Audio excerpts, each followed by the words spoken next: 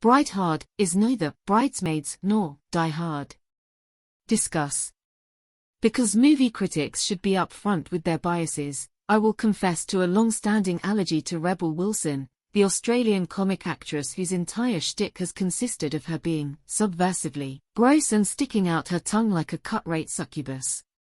I'm of the cohort that has never found Wilson funny, not once, but she's kept it going for an admittedly impressive 15 years since her American debut in 2010's Bridesmaids.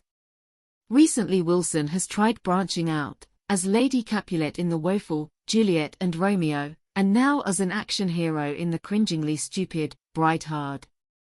I'm still allergic, and I suggest you invest in a strong decongestant as well. As the title suggests, Bright Hard tries to mash together the bridesmaid comedy genre with an action thriller, sort of like Peanut Butter and Chocolate but with ice cream and Brussels sprouts. Wilson plays Sam, who was BFFs with Betsy, Anna Camp, True Blood, in childhood before presumably moving to Australia, which would explain the otherwise unexplained accent. Now Betsy's getting married, but in the intervening years, Sam has become a super spy for an unspecified government agency, and her missions conflict with her desire to be Betsy's maid of honor.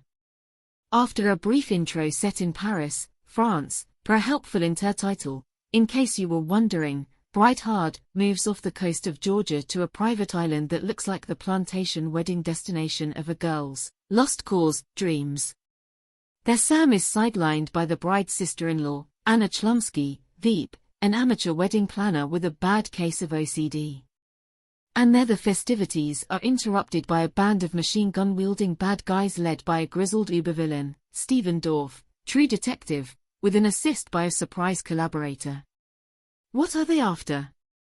It would barely make sense if I told you. Anyway, Sam to the rescue.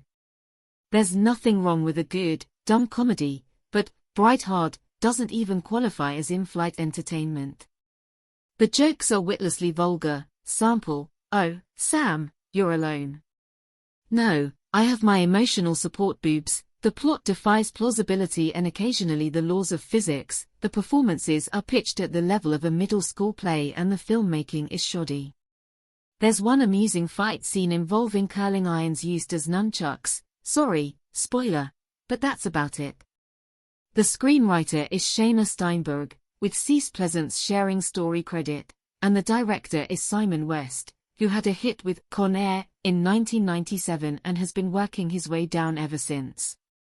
A few of the better performers do what they can. Dorff tries not to look embarrassed as the snarling antagonist, and D'Avine Joy Randolph, a recent Oscar winner for The Holdovers, gives her all to the role of the bride's horny black friend, proving that Hollywood giveth and Hollywood taketh away, especially when it comes to actors of color. But that thing the star does with her tongue seems to have infected the rest of the cast, to which the critic, ransacking his thesaurus, can only say, "You."